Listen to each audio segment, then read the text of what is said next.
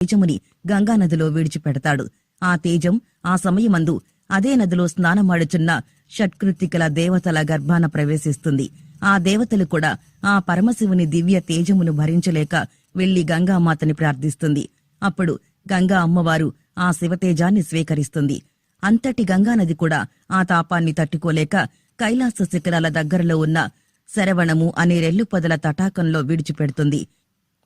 ఆ రెల్లు పొదల తటాకం నుంచి 6 ముఖాలతో 12 చేతులతో దివ్యమంగళ స్వరూపుడై మార్గశీర్ష శుక్ల షష్ఠి నాడు ఒక బాలుడు ఉద్భవించాడు.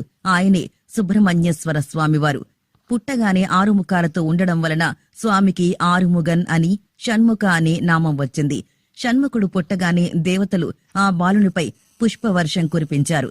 దేవతలందరూ పరమానందభరితులయ్యారు.